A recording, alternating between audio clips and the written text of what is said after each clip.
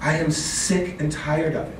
And what distresses me the most is that every time we buy into this, every time we allow our leaders to compromise, to prioritize, to give people a pass because maybe they'll vote right, in a couple of years on one or two things, we are complicit in undermining our own humanity.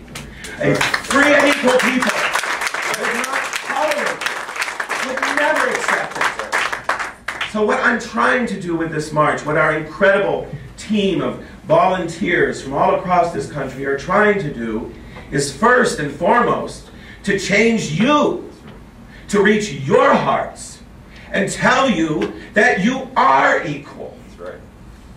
You are equal in every respect. You are equal in your ability to form and sustain loving relationships. You are equal in your ability to parent and foster parent and adopt. You are equal in your ability to defend this country. You are equal in your ability to build strong neighborhoods and healthy communities. You are equal in your ability to work. But you don't seem to get it. Because if you did get it, you would say enough of this bullshit. That's right. Enough is enough. That's right. We have been marching for 40 years. Do you want to march 40 more? And then you talk to these people. And again, I believe that most of these people are good people who sincerely think they're doing the right thing. Now the marriage equality activists, they're furious with me. They don't want this march.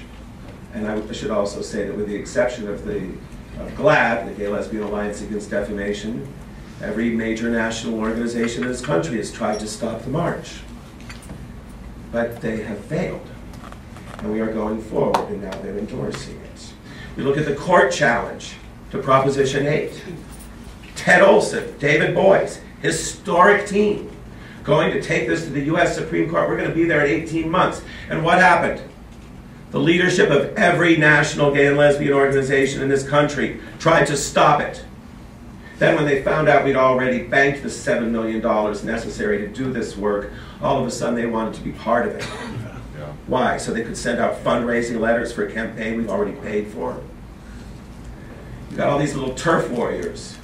We've become a movement that's been led by bureaucrats.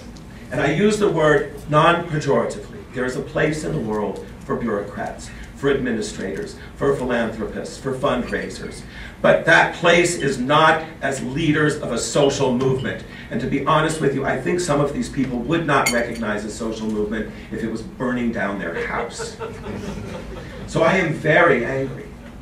But I am also very hopeful, because I believe that a door has opened, and that the election of Barack Obama, as cynical as I may be about what I think he's going to actually do for us, if nothing else, the election of Barack Obama has shown us that real change is possible in this country. I'm a cynical old bitch, but I'll tell you, I never thought I would live long enough to see a black man in the White House. Never. And I have never been as proud of our countrymen as I was on Election Day, despite the loss in California. I was very proud and deeply grateful to live long enough to see such a historic moment. Now, I'm glad that you saw the film, and I'm happy that many people have been inspired by what happened in 1978, the only time we've won a statewide election. The only time. But the marriage advocates, when you talk to them, what their strategy is, it's called 10-10-10. They don't talk about it very publicly. But what they say is they don't want to go to Congress, and they called me and screamed and yelled at me when I called for the march. They said, it's not time. You've got to wait. I said, what am I waiting for? They said 10-10-10. They want 10 states to approve same-sex marriage through a vote of the people. And they want 10 more to have approved same-sex marriage through court action. And they want another 10 to do it through the courts. Okay, 10 plus 10 plus 10 equals 30. There's 50 states. And 32 of them, I believe, have already passed state constitutional amendments prohibiting same-sex marriage. Now the lawsuit, if it succeeds, and I think it will, It doesn't just overturn Prop 8, it overturns DOMA. It eliminates all of those state constitutional amendments. But there is still resistance. And in all the summit meetings that are being held up and down California, there's something that is often described as occurring in a circle. When these circle gatherings are going on, and people are talking about when we go back on the ballot and having their fights over whether it's 2010 or 2012, none of them bring up the lawsuit. I would so much rather spend that $40 million on making sure that our schools are safe and our children aren't beaten and murdered in classrooms. I would so much rather spend that money on services for our seniors, many of whom from my generation, from Larry's generation, have been completely abandoned by their biological families and must rely on our community in the last years of their life. I would so much rather spend that money on educating young people who make up the vast majority of new infections with HIV. I could think of a lot of ways to spend that money. And that's not just California. It's every state. Millions and millions of dollars being spent. And what are the results? And then, of course, also, what about you? Now, I've been to Texas. I've been to your state house. I've watched your legislators debate. You think you're going to get rights here? No. You think you're going to get rights from your state house? No. You think equality is going to come out of Austin? No. You got a governor who would just soon ship you all off. You know what I'm saying is true. So this strategy, you know, it's a failed strategy.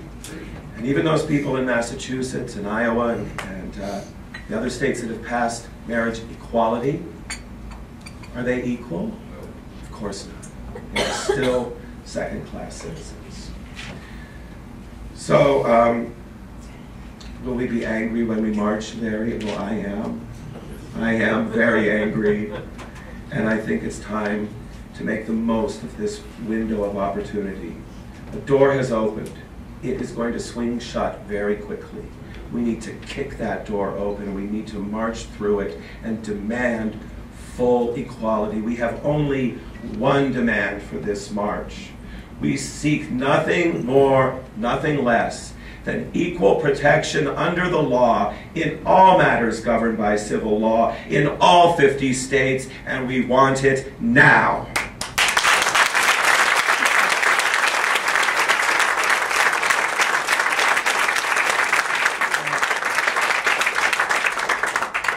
I am not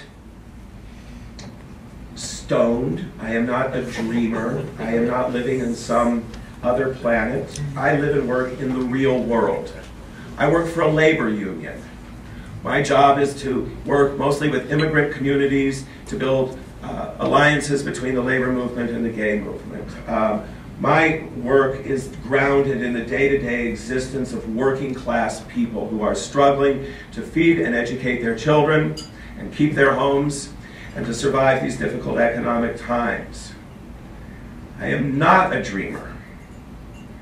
But I tell you, it's so clear to me, only when large numbers of us demand everything immediately is there any possibility of gaining anything eventually.